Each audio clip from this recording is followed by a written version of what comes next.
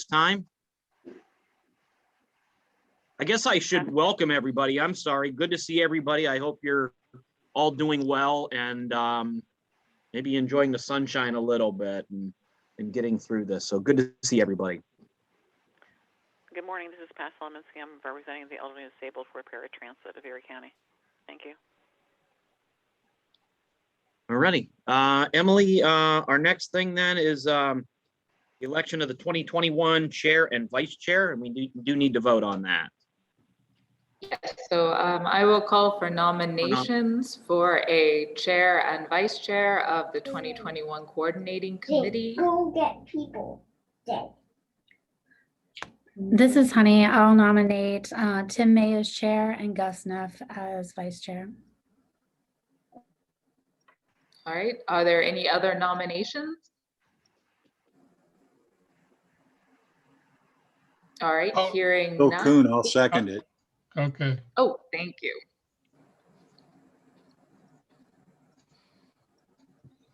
Dave All right. Mitchell, I'll call for the nominations for chair be closed.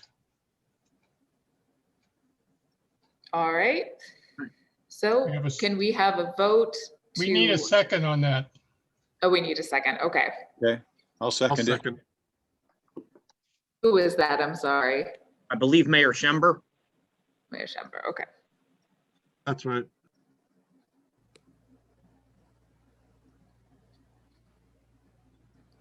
And this is a vote cast for Chairman May.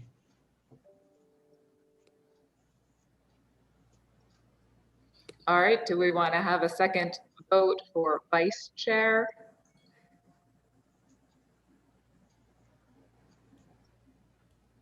So there was a nomination of Gus Neff for vice chair to the 2021 coordinating committee. Is there a motion to approve the nomination? So moved. Oh. Bill Kuhn, I'll move. Second. Okay, I'll second it. Okay. All right, so all in favor of both the chair as Tim May and the vice chair as Gus Neff? Aye. Aye. Aye. Any opposed? All right, hearing none, those are unanimous. So thank you very much. Congratulations, Gus. No comment. Okay. Thank you. I guess I just continue. I think my role is just to expedite the meetings and, you know, kind of get discussion going. So I appreciate the opportunity again this year. Do I have a motion to approve the minutes from the December 9th meeting? Move, Derek Martin. Bill Kuhn, I'll second it. Ready? A motion by Mr. Martin and a second by Mr. Kuhn. Any discussion? All in favor? Aye. Aye. Aye. Aye. And opposed? I apologize. I'm going to skip out real quick and shut down my EMS radio. Sorry about that. I should have taken care of that. Moving on, Emily, to the 2021 Transportation Improvement Program. I think Brandon Leach is going to give us an update on the constraint charts and any modifications that we might need to make. Is Brandon? here Yes, today? thank you, Okay. Tim. Sorry Hi, about that. Brandon. How are you doing? Excellent. So we just had one administrative modification for this period. It's a modification to the Erie MPO 2021 tip to increase the Zook Road Zimmerly to 26th Street project in the final design phase. $150,000 in federal STP funds were added to federal fiscal year 2021. And this increase is to cover the negotiated work order costs with the consultant and in-house oversight. The Erie Highway and Bridge line item was used as the funding source, and that's really all we have going on for modifications. So any questions with that? Any questions of Brandon? All righty. I believe, Brandon, you're gonna give us an update as well on the US 20 Zook, Oh, correct? I will say, Anything That else was- to add? is if Courtney Lyle's on the line, I believe she was going to cover something with that. Oh, great, okay. There's Courtney. Hello, everybody. Hello. Can you all hear me? Yes. Yep. Okay, wonderful. So we were going to be asking for a vote today on an increase on our 2022M project, which is the project that is going through the city. We are in the process of reevaluating how we are going to let that project. And so right now we do not need a vote. We have enough funding on the project to fund the project in its entirety. So. Excellent. Okay, great. Thank you, Courtney. Appreciate that. And is Kevin McCullough with us? No, there's Kevin. Hi, Kevin. Hey, how are you? Great. I'm wonderful. Thanks for joining us. Do you have an update on the Pathways P3 initiative? I do. Great. Yep. Thank you for the opportunity to just kind of fill you in here. I know we talked a little bit about this at the technical committee meeting about a month ago, and I just want to give you a little bit of an update of where we are and a little bit of review for those who may not have been with us before or who have been following along. But as many of you know, this has been in the news quite a bit recently, particularly since the announcement of of the specific 9 bridges that we're going to be looked at across the state for possible tolling. So obviously this has been in the news quite a bit. Nothing up in the Northwest region technically. I mean, you have some stuff there on Interstate 80, going back toward Jefferson County, Clarion County, back that way a little bit. So there are some impacts to Interstate 80. So, but anyway, just a quick review. This Pathways initiative is really started in November 2020. It seems like it was months and months ago, but it's been almost 4 months ago now. And basically the idea was that looking for alternative funding solutions, realizing that not just because of the COVID related drops in the motor license fund, those impacts, obviously that has been significant and we're trying to overcome those now. And just like Courtney had mentioned, we're looking at letting schedules and adjusting things to match up with the cash that we have on hand so that we keep the cash moving, so we're able to pay contractors and keep these projects moving. So we're kind of in a stop-start phase right now. So we're looking at our near and our long-term highway bridge and funding needs basically. So the whole idea of this is really to just kind of get our arms around it. And this is one example. This looking at these planning environmental linkages studies to really kind of look through these potential funding options. And the one that obviously has been brought to the forefront is this Major Bridges P3 initiative. So really kind of looking at now, since we talked last, these 9 bridges have been identified across the state, and I would encourage you to go and look at those locations on our PennDOT .gov/funding website. There's a link out there that talks about this. And so I just want to, and that link can be made available to everybody. He does. Yep. I'm sorry. Nope. Okay. All right. So anyway, I just want to, we're going to continue to analyze potential funding options. Yeah, and, Kevin. Yes. Kevin, let me interrupt real quick. We might have an open mic by somebody that just okay. joined us. So it's Amy. I don't know. I want to say it was Amy Murdoch. Months to 2 years ago. Maybe someone could mute her. Emily, can you mute Amy? A multinational corporation for a long time. They were acquired. They were local, like. Okay, I think we're good now. All right. Hopefully. Okay. Apologize for the interruption, Kevin. No problem. No problem. That happens. So again, looking at these 9 bridges, this is really the first option that we are advancing and looking into. So again, these 9 bridges have been identified, but we still have a lot of steps to go. So that's the important thing to just understand that really, we've received approval from the public-private partnership board to really move forward with this initiative, but we are far from reaching the finish line, and this is not a done deal. So I just want to make sure that people understand that.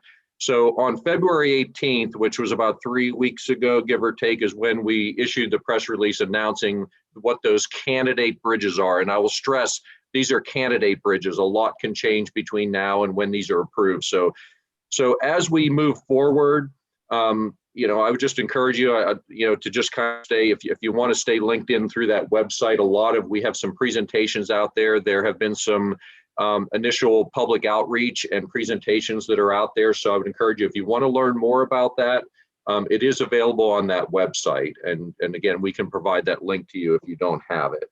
So again, I just, those informational presentations really happened with the stakeholders back in about a month ago now, really.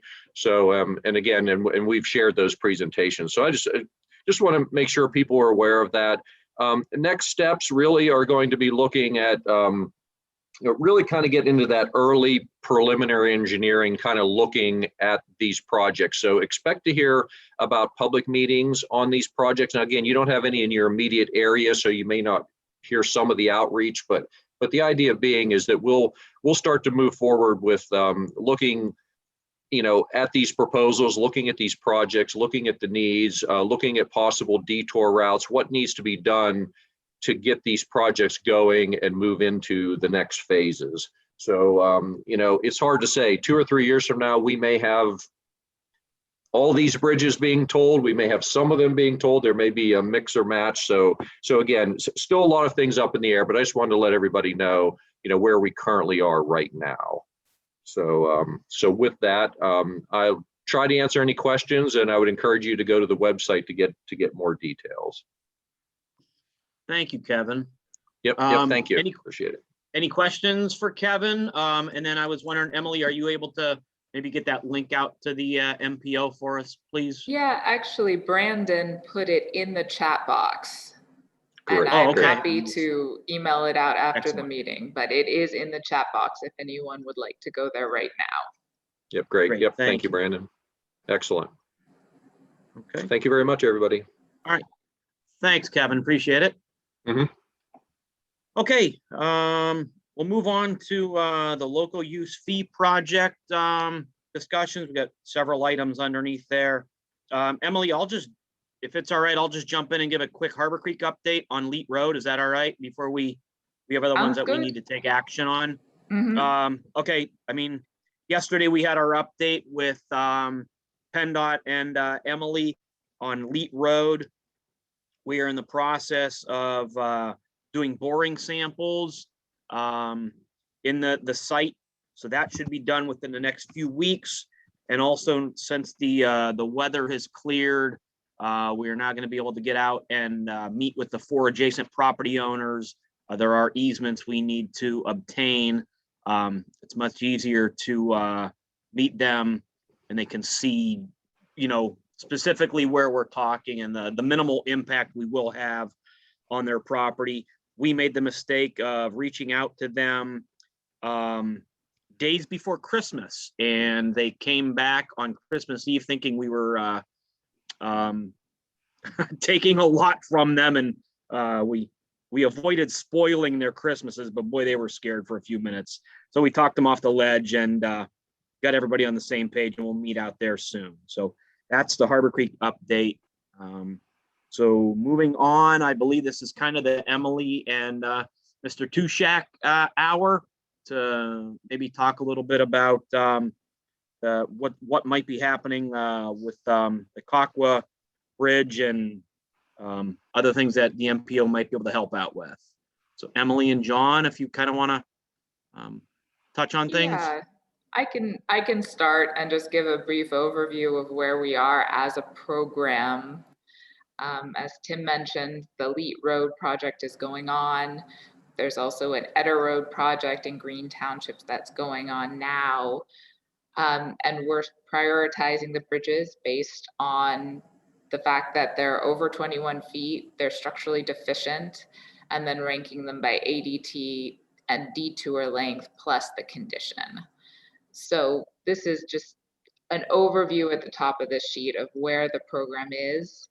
And we currently have money in the account. So we have over $1 million now extra that is not fiscally constrained yet that we can now assign to new projects. So that is what this discussion is about, assigning the new funds to projects. So those specific projects, John Tushek can talk more about, specifically Kawkwa Avenue Bridge, which is now the #1 priority. Yeah, I can talk a little bit about Kawkwa. If you look at your meeting materials, under Emily's financial summary there's a 2-page description of the Kawkwa project. And I can let you read that at your leisure.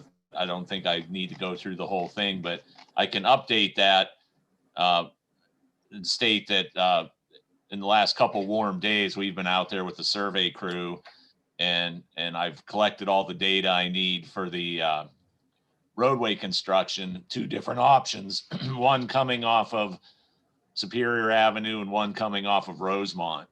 So we're looking at 2 options for the roadway, and I'm confident we can do that for the $165,000 stated on the chart above. And I have an estimate for the $75,000 study to look at the at minimum 7 options for the bridge replacement or rehabilitation or demolition, whichever comes out in the analysis.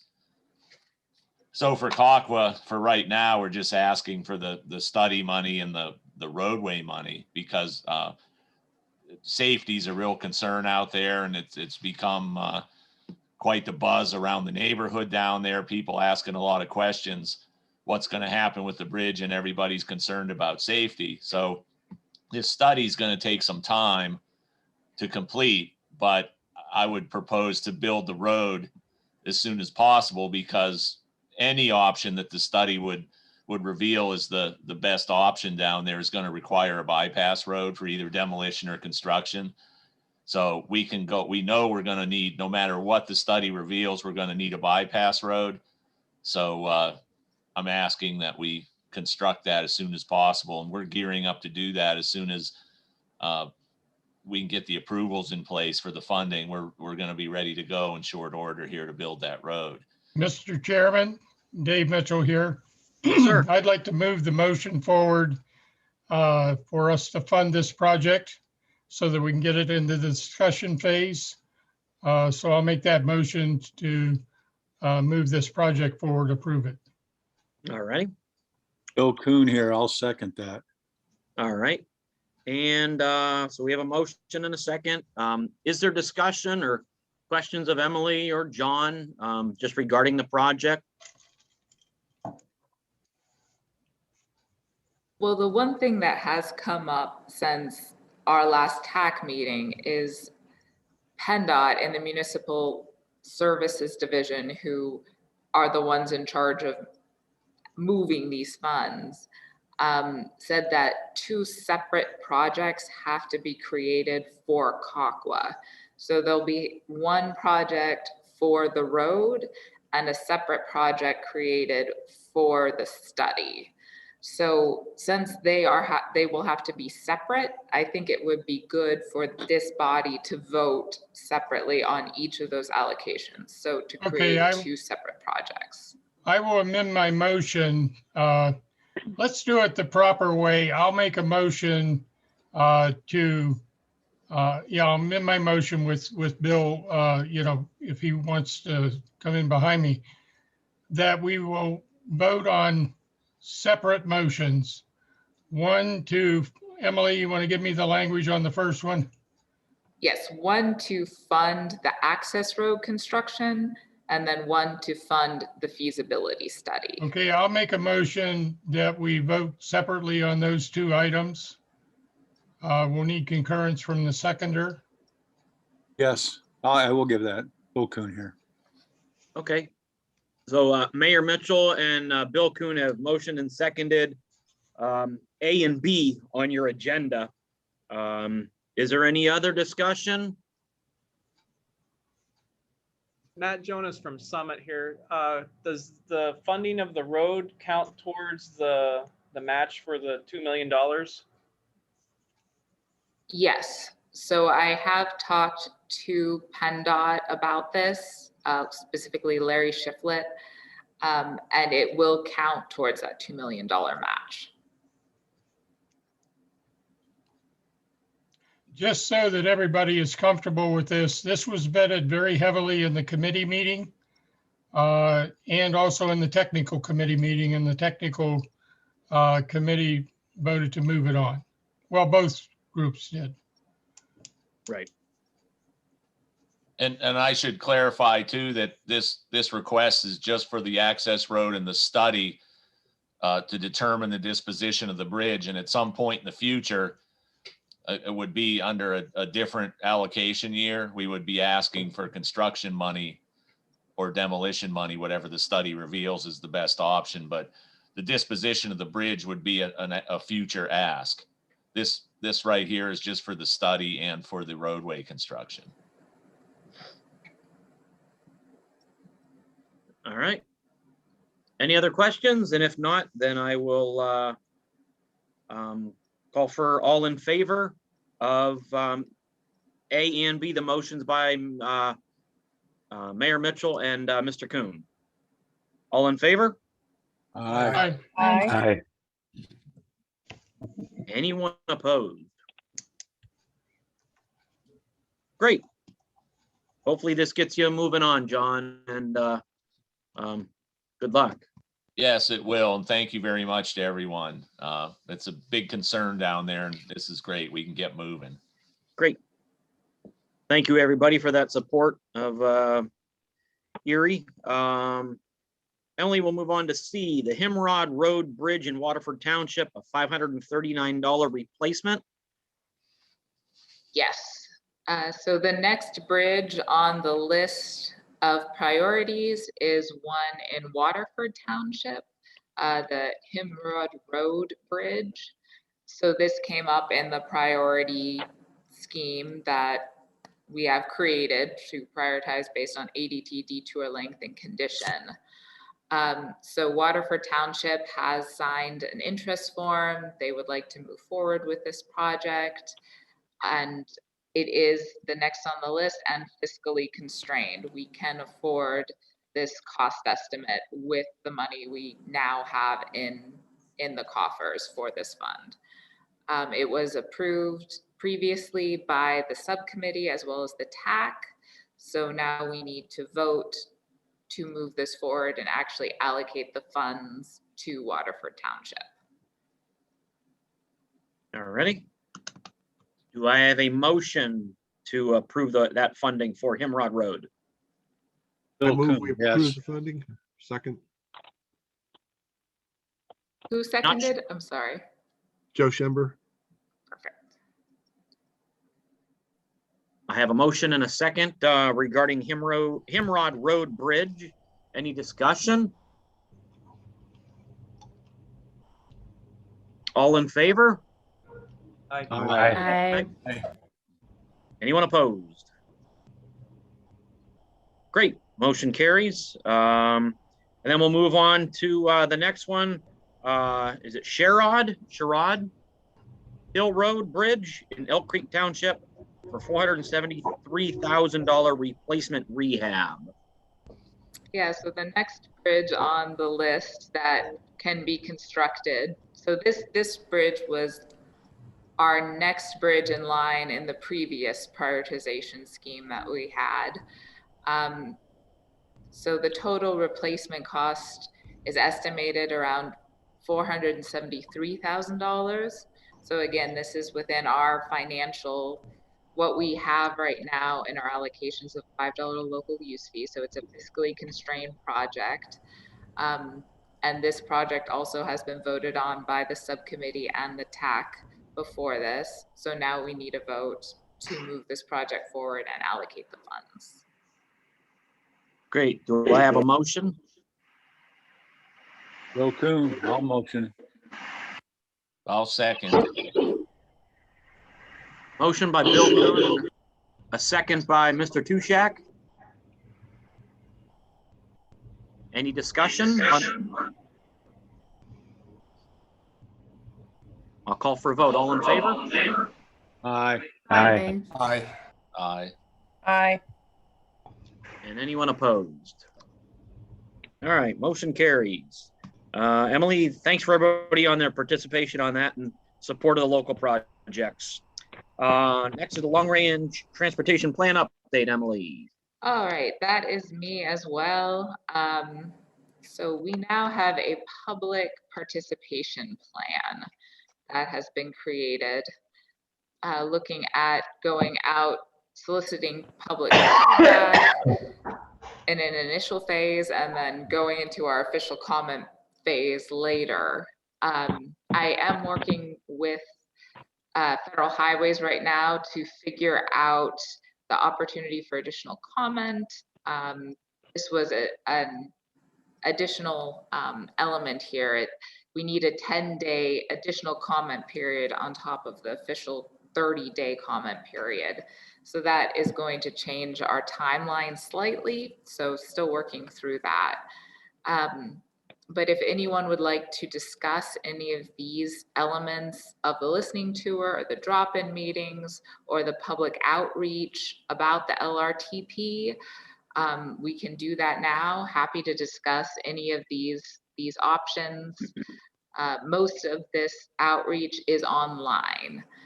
Due to not knowing where the pandemic will be, we're just planning to do the outreach virtually.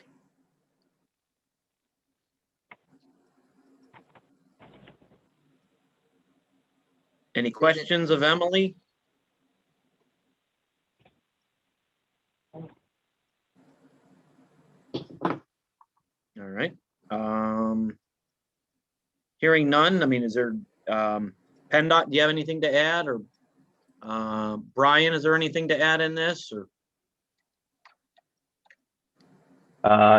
No, Chairman. I guess well, the only piece I'd mention is we have ongoing discussions about performance management and what those, if you all recall, what some of those items were safety goals for the MPO, performance goals for our interstates and bridge goals for our NHS routes and so forth. So how we incorporate that into the next long range plan update, I don't think is fully known or understood, but we're kind of working on that. And I think, you know, Erie's update may be one that we look at our options for that for. So just wanted to mention that, but no, nothing else to add. Thanks. okay.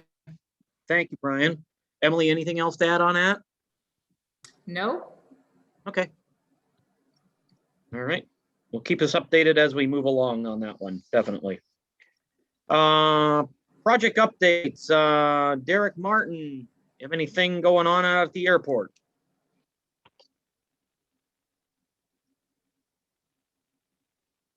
Taking myself off mute. Sorry for the delay. No problem. Thanks for joining. Oh, no problem. So updates at the airport, obviously the global pandemic, we've exceeded the national average with keeping passengers flying, but we were down 59% from 19 to 20 with total passengers. That was driven primarily because of corporate travel. Erie Insurance has been in their office since this time last year. LECOM has not had students come to be interviewed to go to their medical school, and other corporations have ceased travel. During that time, we've continued to move forward with our construction projects. So what was completed over the winter is the car rental canopy. It's on the west side of the airport, closest to Ashbury. It's a 32 car parking spot so that when passengers fly into Erie, they can pick up a car outside the elements with no snow and rain on their rent-a-car, which is an improvement, and the car rental folks are loving that. We've now consolidated all their operations into that one area, the canopy, the drop-off, and the prep lot, so they're all in one area. On the east side of the airport, there's a big building that's being constructed. It's called the SRE, which stands for Snow Removal Equipment Building. That should be finished in May. Basically allows the multi-thousand-dollar snow removal equipment to be stored inside, and also to get the snow and stuff off it during the winter conditions, so that we can maintain them and keep them for a longer period of time. We're in the process of 2 bids at the airport, a jet bridge expansion, increasing the electrical capacity of the airports to accommodate the growth of additional items at the airport. So that upgrade's being done. We're also adding a 4th jet bridge, which will allow 4 planes to be at the airport at the same time and utilize a jet bridge without having the passengers load and offload from the ground, which is much safer. The other bid that's currently on the street is the expansion of the airport ramp project. That's a multi-million-dollar project that basically is needed because as the airlines bring in bigger aircraft, the space behind them needs to be bigger so that planes don't clip other planes as they're driving by behind the planes at the jet bridge. The one that has been previously awarded is the Customs and Border Protection. That'll start this summer, revitalizing that, as well as the de-icing and glycol retention project. So the total projects in construction that we should have going on this summer at the airport is approximately $7 to $8 million.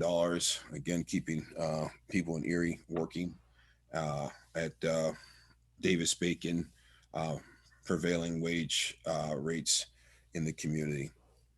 And the one I almost forgot because it's so small is the revolving doors that you enter into the terminal building. We're replacing them with double sliders like you see at real airports, or as you see when you go into the mall.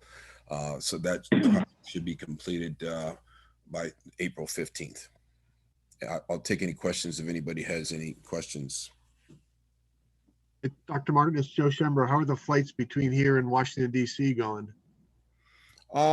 We got leisure travelers flying down.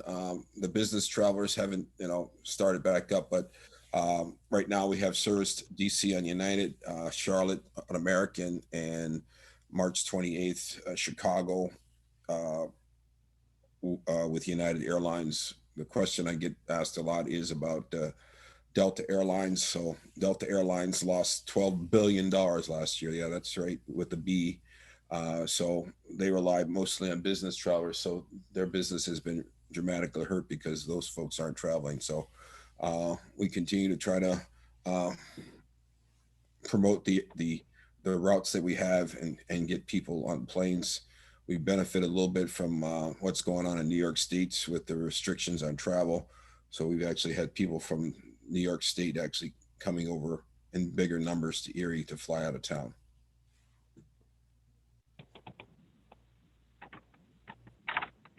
Great. Sounds like a lot going on, Derek.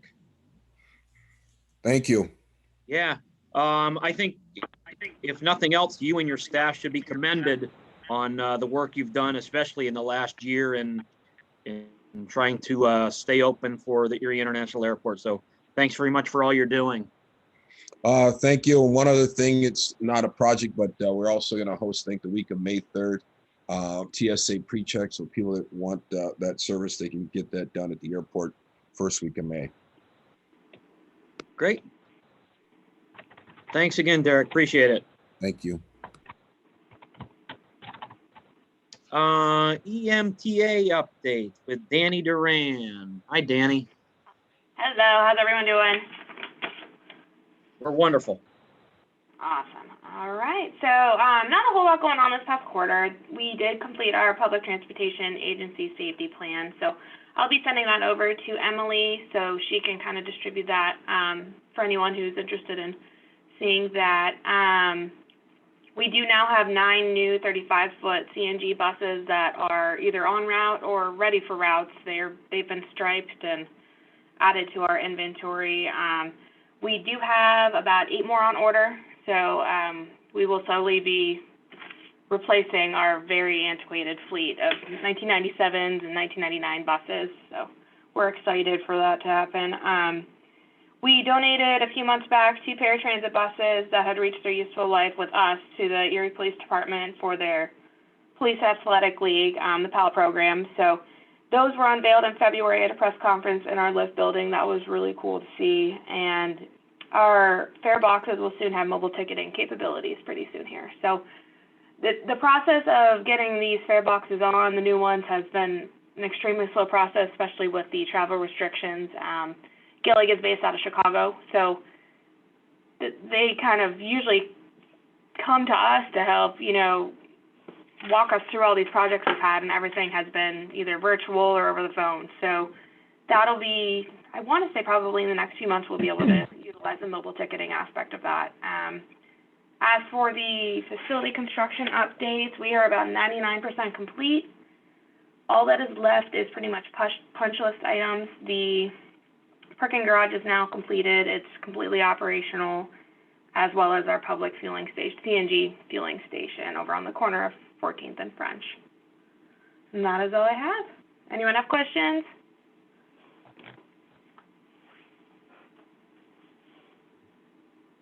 Emily and Dan, I guess I have one question, Emily and Danny.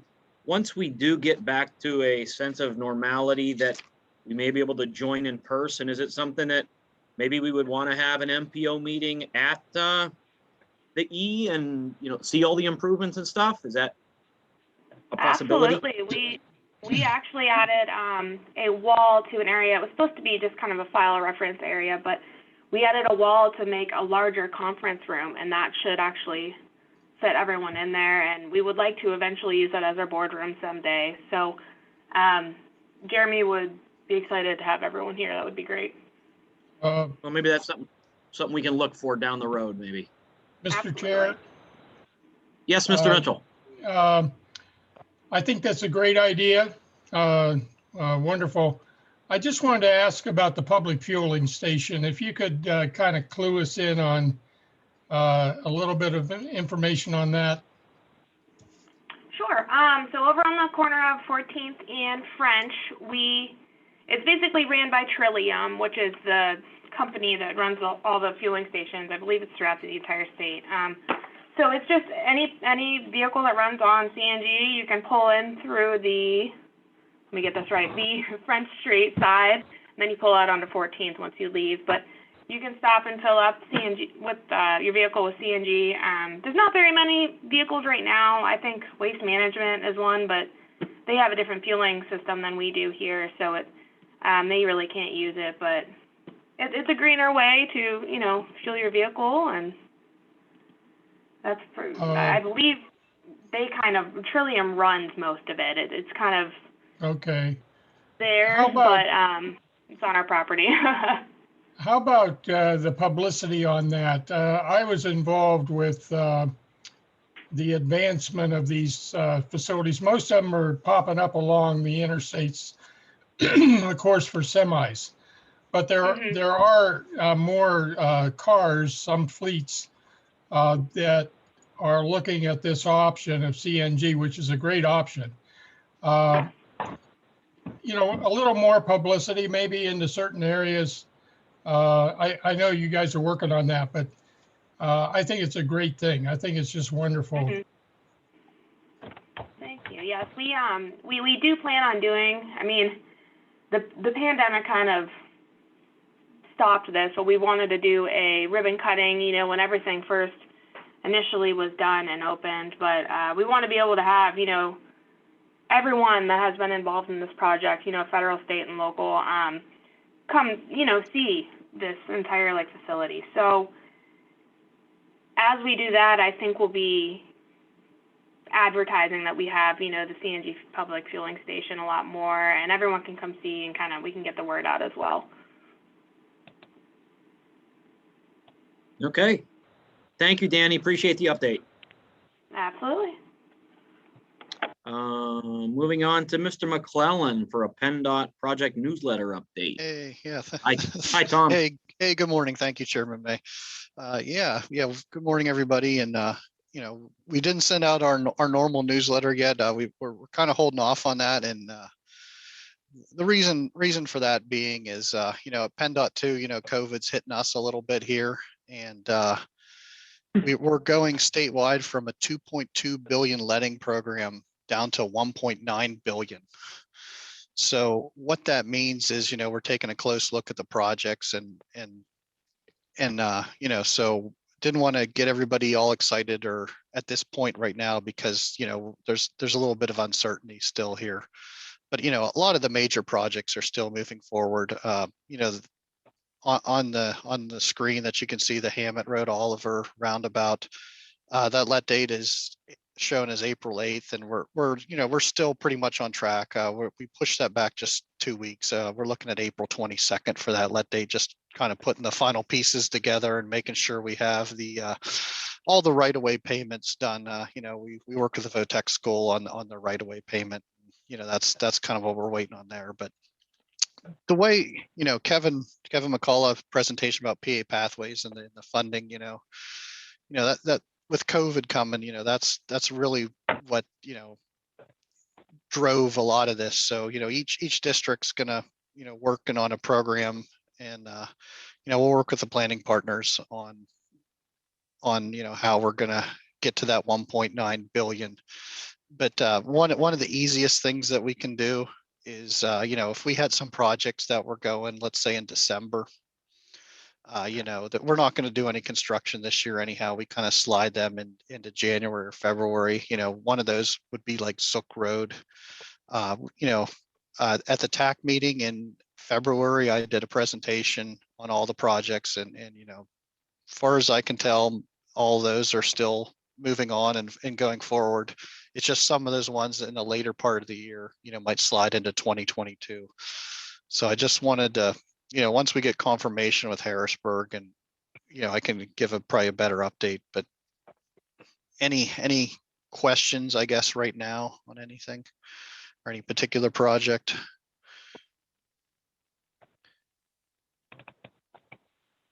Any questions of Tom? Well, Tom, looking at that sheet, it looks like the A Street multimodal project in the city of Erie is one of the ones that will likely be delayed. I don't know if you have any more information specifically on that project, but that was one of the ones that looked more certain that it would be delayed. Yeah, I don't have any details on that one right now. I mean, the other one that I'm aware of is, I presented the, I think it's the Route 699 bridge over I-90. That's one that's in fairly decent shape right now too. And, it was set for a November, December letting, right there by the Veterans Cemetery, right off Route 99. That's one we're going to push at least into 2022. So I know that one is a good candidate for that. The bridge isn't in that dire need right now. So, but we'll be talking about some of the other ones later in the year too. Luckily we do fiscally manage our program. Courtney Lyle and her team does a great job at it. So, we were kind of prepared a little bit for this.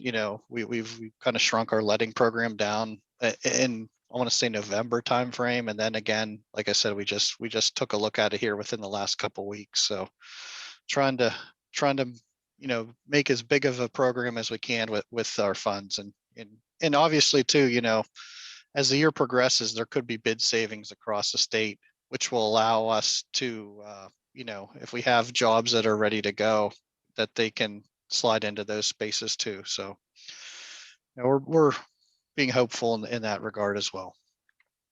And I was under the impression that the West 8th Street project was moving forward. I was wondering if John Tusak or Jason Sayers have anything to add about that. Yes, I could add just the sense that we've just finished a lot of public outreach and discussion on that. And I've been in contact with the district about every couple of days on that project. So I'm not sure if there's actual any type of delay there or not, but nothing I've heard of. This is Lindsay DeVito. I'm managing the project with Jason for the district. And everything that we need is ready. So we, as far as he and I working together, we are just waiting on the funding, as far as I know, to determine if it's going to be let this year or not. But everything is in order.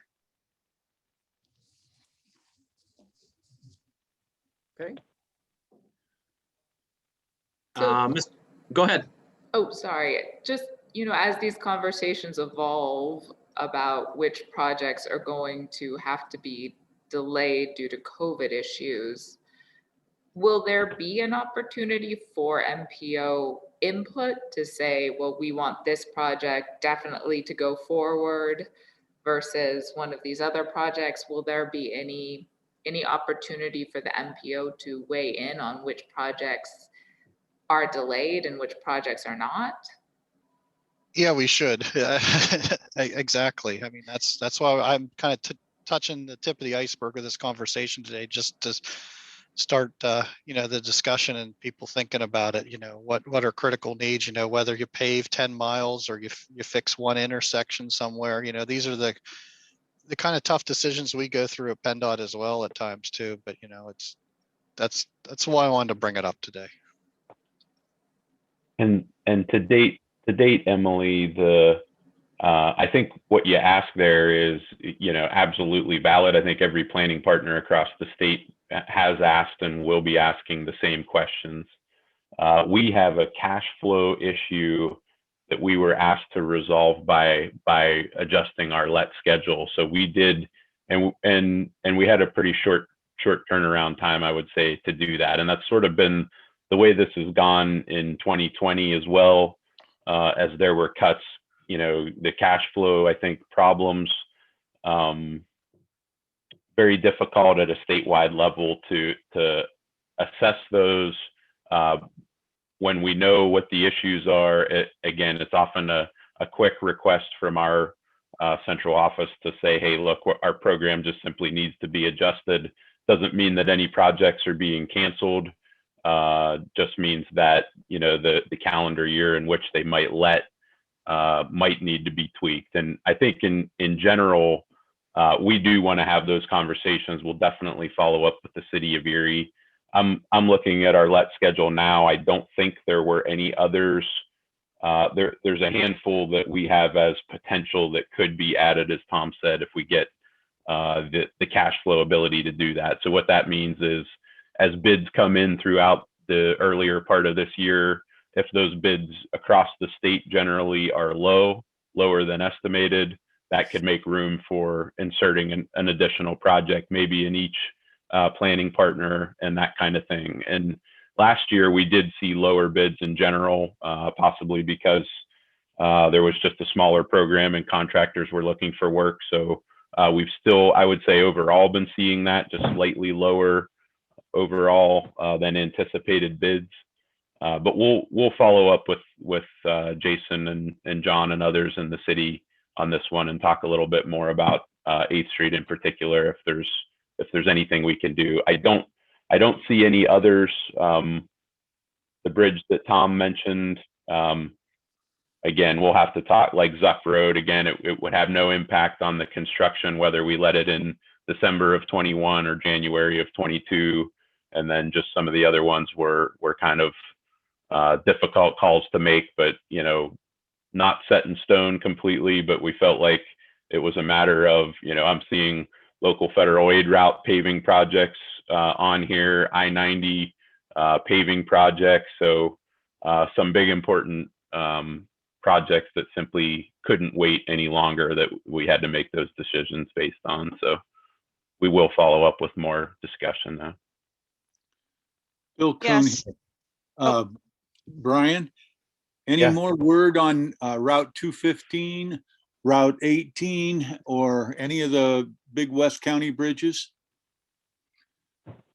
Yeah, 215, of course, I don't think I presented it to the TAC even, but of course it got hit, and I think everybody's aware of that. We had a collision, so we basically just had to advance the demolition of that by about 4 months. So I think that what that project, that's part of the second phase of I-90 reconstruction, 215 is. They were planning on closing that bridge in April to demolish it and begin the replacement of it. And instead, they just had to do that a few months, 4 months early because of that truck collision. So those are on schedule or on pace. That project is already in construction. So I think that's milepost 3.5 to 10. That includes the bridges at 215 and 18. Those will go as planned. Okay, thank you. Mm-hmm. I wanted to let everyone know, this is Courtney, that the West 8th multimodal, we may be permitted to add because it is actually multimodal deputate funding. So if we are going to be able to meet a let to allow construction to happen before January, then we will be able to add that since it is a different deputate's funding. So we just found that out early this week. All right. Any other questions of Brian or Tom or Courtney? Appreciate the updates. Oh, okay. Emily, then we'll move on to the PennDOT 12-year plan. And actually, we have Dan Keene, who used to be Brandon Leach, is going to come and present a little bit about the 12-year plan update. So I will stop my share, and hopefully, Dan, you can share your screen.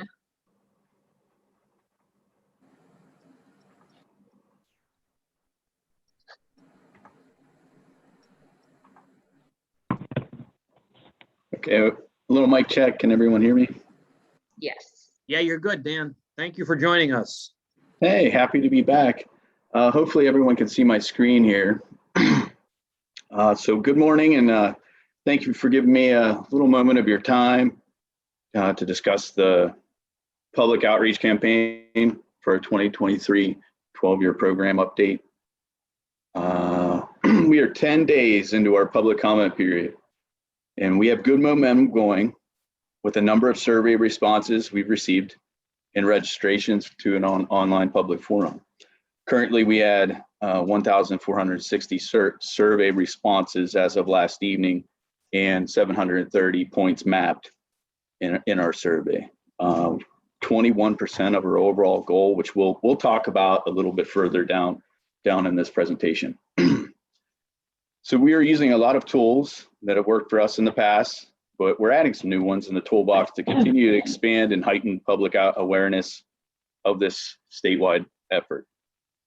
Also, for the first time, we are sharing this public feedback we collect for this online survey with the statewide long-range transportation plan and the freight movement plan. We've made this data available to the MPOs and your regional plans and programs in the past few cycles.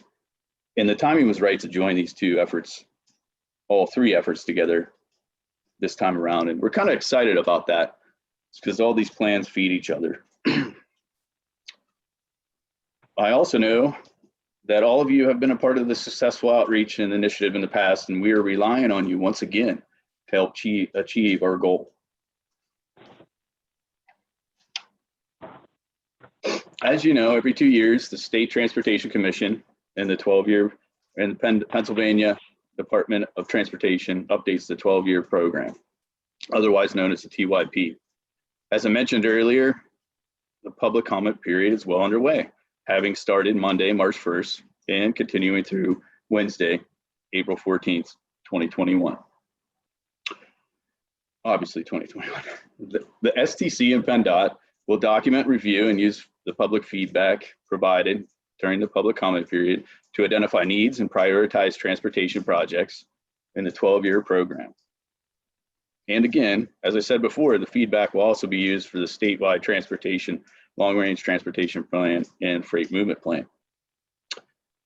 The public comment period for those two documents will be held later this year in June. Opportunities to participate in the 12-year program update. This public comment period will include the transportation survey and the online public forum. The online public forum is scheduled Tuesday, March 23rd at 6:30 to 7:30 p.m. The public forum will be broadcasted via Commonwealth Media Services statewide via Zoom and Facebook Live. As in the past, it will feature a presentation and a live Q&A session with the PennDOT Transportation Secretary, Yasmin Gramian, Deputy Secretary of Planning, Larry Shiflett, and recently appointed STC Secretary, Ron Drenovich.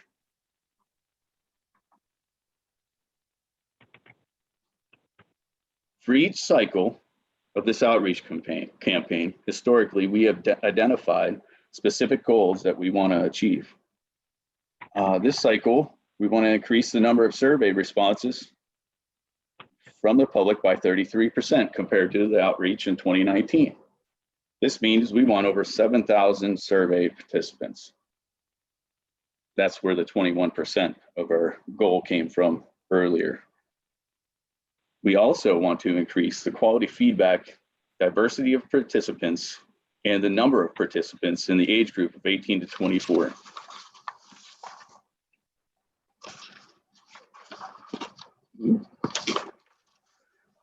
For the first time, we are offering content that has been proactively translated in both Spanish and Mandarin.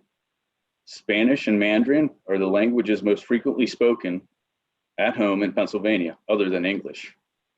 By proactively translating the content, our animations, graphics, fact sheets, and social media posts, we are all demonstrating a more thoughtful and proactive approach to accessibility, diversity, and inclusion of everyone. We are hopeful that we are going to expand our reach to traditionally underserved and vulnerable populations as well. Additionally, we are continuing to target 18 to 24-year-olds and Spanish speakers, Mandarin speakers through social media posts, and are working towards broadening our audience on college campuses. Variety is key in communicating with the public. There are many more ways for people to receive their information today than there ever has been in the past. We try to utilize as many of these resources as we can. On our website, it's not only updated with information that for the public comment period, but is being updated daily with the current number of survey participants, as I mentioned earlier. Our thinking behind this is twofold. We hope that it will promote people to take the online survey if they haven't already, and the real-time count of responses received. They can see the others that are taking it too, taking the time to take the survey too. We've established and shared our goals that their effort will contribute to. We are also reaching out to stakeholder organizations, previous participants in this outreach, with multiple email blasts. We have weekly social media posts planned in English, Spanish, and Mandarin. We are also working to spread the word through print, broadcast media, including press releases, PA bulletin, and PennDOT newsletters.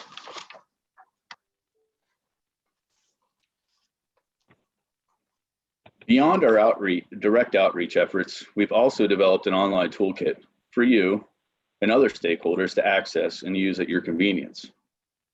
I'll bring that up on the screen later, and we can give that a glance. The online toolkit on our Talk PA Transportation website offers promotional information and educational resources to help promote the public comment period.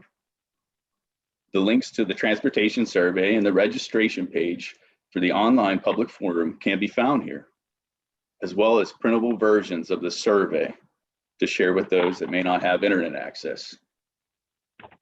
As noted earlier in this meeting, we're trying to get better internet access in the Erie MPO region. Online toolkit also contains social media comments and fact sheets about public comment period in English, Mandarin, and Spanish.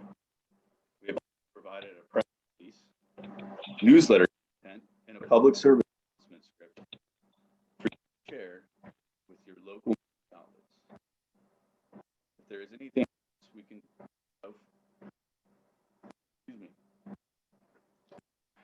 to provide you with more support to make things easier, please let us know.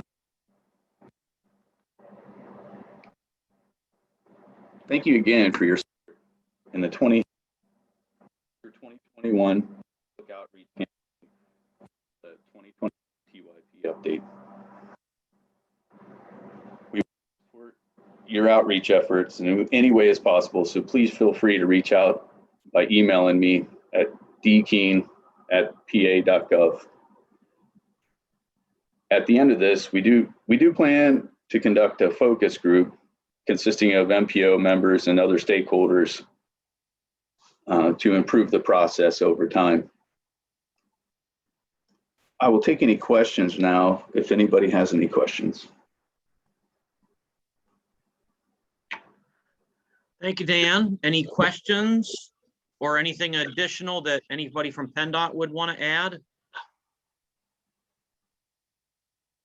I do want to make a quick note, if I may, Mr. Chairman. Sure. This is our outreach effort from 2019. It looks like we only ever had 10 roadway notifications and 4 bridge locations identified in this outreach effort.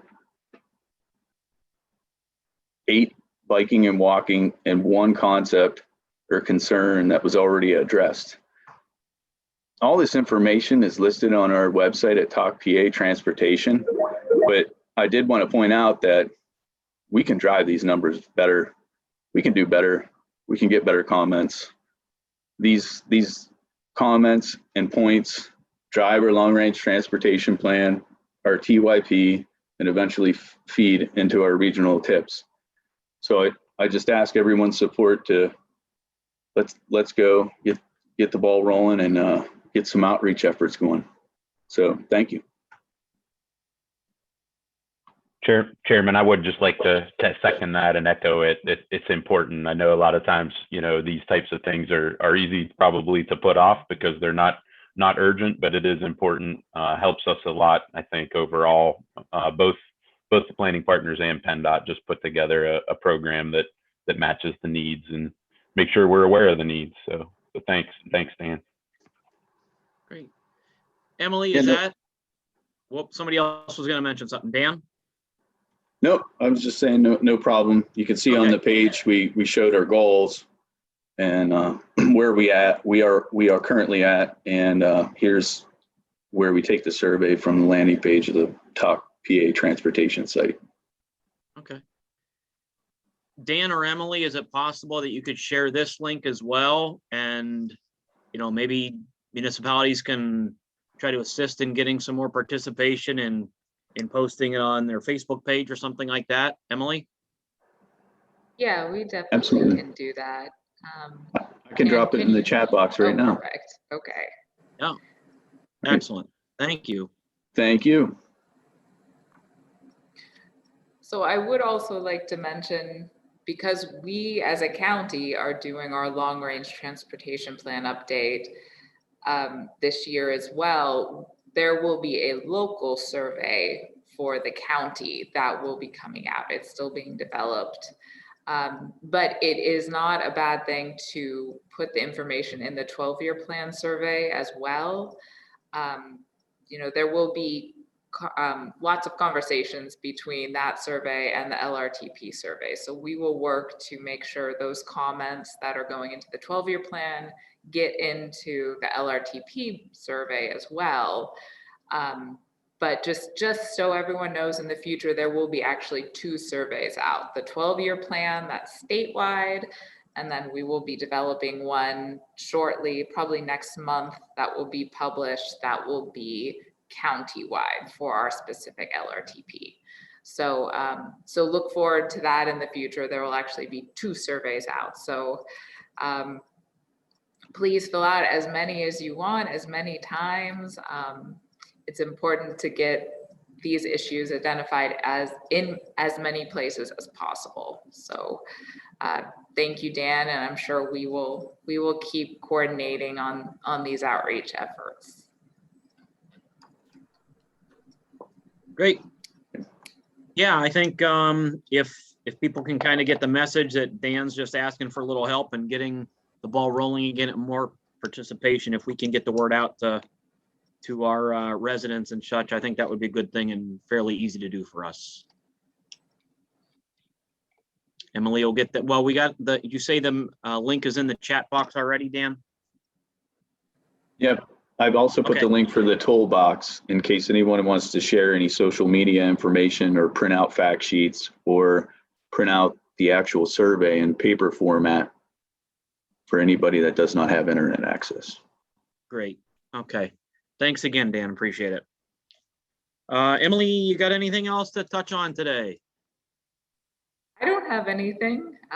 Does anyone else have anything they would like to bring up for the good of the order? Yes, Emily, it's Dave. I'd like to update you just a little bit on the Corey Airport situation because it does roll over into PennDOT's area. Our airport was found not to have renewed their charter about 8 years ago. It got missed. Anyway, long story short, we met with the FAA, the BOA, and all of our elected officials. Out of those conversations, it was recommended that we had a lot of problems with the former airport board and getting people to serve on it. So it was determined that we needed to see if the redevelopment authority would take the airport over because of their grant writing and their skills. So we've been in a long process over the last few months to get this transition. It's not a slam dunk. It's not an easy lift. The one thing that from the federal and state was that we need a business plan. So we're working on that right now. We're working on getting it transferred over to the redevelopment authority. Now, right now, the sticking point, the elephant in the room, I guess, is the fact that we are trying to seek funding for the business plan. Now, the reason I'm bringing this up today is there's a lot of talent in the room on this call. If anyone has any avenues that will help us, it would move our project forward. We're exploring all avenues, and for the future of Corey, the future of transportation in Corey, the airport will play a role. I even believe in logistics eventually on deliveries with the new development of drones and other ways of moving things around the airport. An FAA site will be viable. So if anyone has any suggestions or knows of anywhere that we can get money for the business plan, I would appreciate a call. And but there again, that's all part of the pattern of transportation in the county. So thank you. Certainly, Mayor Mitchell. Thank you. Anything else for the good of the order today? Thank you for Chairman. Yes. Brian McNulty, just a quick update. We had some internal PennDOT emails back and forth since we discussed the projects. We are able to include that 8th Street multimodal project. Apologize for any panic that might have caused to the city folks on the call or anybody else, but that will let this year. It's a local project, so that always carries that longer time between award and notice to proceed. So we can talk through those details, Jason or John, offline, but just wanted you to know we will include that in this year's program. And also early in the conversation, I didn't want to delay the start of the meeting, but Mayor Mitchell was talking about broadband. If there's anything PennDOT can do to be part of that, we're happy to partner with all municipalities who are looking into that in the county. There's a couple different ways that we have almost been involved in that, I'll say, in the past. So we've looked at, if anybody remembers, it may have been discussed at MPO meetings. With our I-90 reconstruction, we contemplated at least conduit, if nothing else, for fiber, a fiber optic spine maybe along that corridor. Ultimately, we weren't able to get approved for the funding to do that. But we did take some measures, which was what makes sense, we thought, was that even if we couldn't put the conduit down maybe the center median of the entire length of that project, we could put crossovers where it makes sense. So in other words, when you get to a bridge or maybe some other appropriate point, that we could put a trench a conduit under the actual lanes of traffic to get from the median to the outside for future use. So those are some of the considerations we've used in the past. At least that would make it easy, I think, in the future if somebody did want to install conduit down the center median. And then we also have some what we call ITS poles, but there are some tall poles throughout the entire district, including Erie County, that we've had some discussions with Venango County about the use of those for broadband in the more rural areas. Those would be, that's outside of my realm of expertise, but anyways, that's some ways that we could possibly be involved. And if anybody needs to, would like to talk more, we're happy to do that. That's all I've got. Great. Thanks. All right. Thank you, Brian.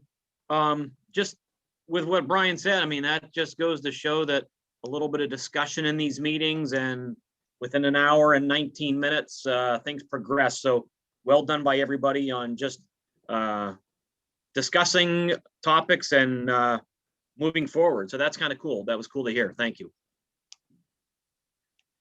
Anything else today? We kept a nice short meeting, I was thinking, and that didn't happen. But thank you for everybody that participated. Great to see you all. Continue to stay healthy, and hope to see you in person soon. But great discussion, and appreciate everybody's participation today. Do I have a motion for motion for adjournment, other than the barking dog? So moved. This is Brian. I'll second. All right. Thank you, everybody. Have a great day. Thank you. Do the same. Thank you. Thank you. everyone. Thank you.